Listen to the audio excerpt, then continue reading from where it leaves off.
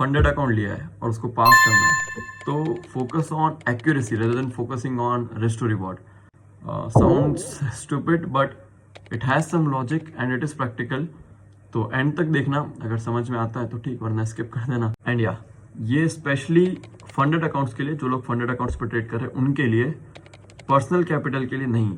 सबसे पहले ये देखो, ये funded probability calculator by the trusted prop. ये बेसिकली ये बताता है कि अगर तुम्हारा XYZ विन रेट है किसी स्ट्रैटेजी का और उसका रिस्क टू रिवॉर्ड XYZ है, तो कितने चांसेस हैं कि तुम ये फंडेड अकाउंट पास कर पाओगे. तो अभी के लिए मैं यहाँ पे ये टाइप कर रहा हूँ कि मेरा विन रेट 40% है स्ट्रैटेजी का एंड मेरा रिस्क टू रिवॉर्ड 3% है. और अगर मैं यहाँ पे कैलकुलेट पे दबाऊंगा तो रिजल्ट ये बता रहा है कि मेरी फंडेड अकाउंट को पास करने की प्रोबेबिलिटी 86% है. और अब अगर मैं मेरा विन रेट 40% से बढ़ाकर 60% कर दूं, लेकिन रिस्क टू रिवॉर्ड घटा दूं, जो कि पहले 1:3 था 1:2 कर दूं, तो बेसिकली रिजल्ट सेम आना चाहिए. क्योंकि आफ्टर 10 ट्रेड्स, चाहे मैं वैसे करूं या ऐसे करूं, मेरे को 12% का गेन ही होगा अगर मैं 1% रिस्क लेके चलता हूं. लेकिन क्या रिजल्ट सेम होंगे? नहीं.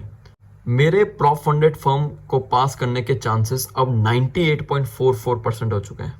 तो अब ये कि इतना बड़ा गैप कहाँ से आ गया, मतलब मेरे प्रॉप फर्म को पास करने के चांस अचानक से बढ़ कैसे गए? सबसे पहला रीज़न, लूजिंग स्ट्रीक. मतलब अगर आपकी एक्यूरेसी कम है तो डेफिनेटली आपकी लूजिंग स्ट्रीक लगने के चांसेस ज़्यादा है. अगर लूजिंग स्ट्रीक लगने के चांसेस ज़्यादा है तो बहुत चांसेस ये भी है कि आपका ड्रॉडाउन लिमिट उड़ जाएगा. और अगर तुम ये सोच रहे हो कि तुम लूजिंग स्ट्रीक लगने के बाद लॉट साइज कम कर दोगे और तुम ड्रॉडाउन से बच जाओगे, तो या इट इज़ पॉसिबल, लेकिन कब तक? और दूसरा, अगर आप बच भी गए तो होगा क्या? मान लो फॉर एग्जांपल फर्स्ट रेट से तुम्हारा लूजिंग स्ट्रीक चालू हो जाता है. मान लो तुम लगातार लॉस करते हो और -5-6% तक आ जाते हो. अब तुमको डर है कि तुम्हारा ड्रॉडाउन लिमिट उड़ नहीं जाए, तो तुम क्या करोगे? लॉट साइज डेफिनेटली कम करोगे. लॉट साइज कम कर दिया, अब जब प्रॉफिट आएगा, जब प्रॉफिटेबल स्ट्रीक आएगी तुम्हारी, तब वो प्रॉफिट उतना नहीं होगा क्योंकि तुमने लॉट साइज कम कर दिया है. और जहां पे इतना बड़ा लॉस एक झटके में गया था, उसको रिकवर करने में उससे ज्यादा टाइम लगेगा, उससे डबल टाइम लगेगा.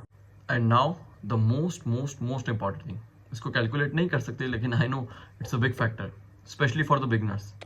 साइकोलॉजी. एक्यूरेसी लो होगी, लूजिंग स्ट्रीक ज़्यादा लगेगी. लूजिंग स्ट्रीक ज़्यादा लगेगी, तुम्हारा कॉन्फिडेंस शेक होगा. एज अ बिगिनर साइकोलॉजी पे इम्पैक्ट आएगा. तुम फोमो करोगे, तुम रश करोगे, फालतू के ट्रेड्स में घुसोगे. तुमको बेसिकली मिस्टेक के चांसेस तुम्हारे बढ़ेंगे. जहाँ गलतियाँ नहीं होनी चाहिए वहाँ पे भी गलती होगी. And this will eventually lead to your drawdown limit. And having a strong and good psychology is very important अगर तुम इस गेम में लॉन्ग टर्म बना रहना चाहते हो तो.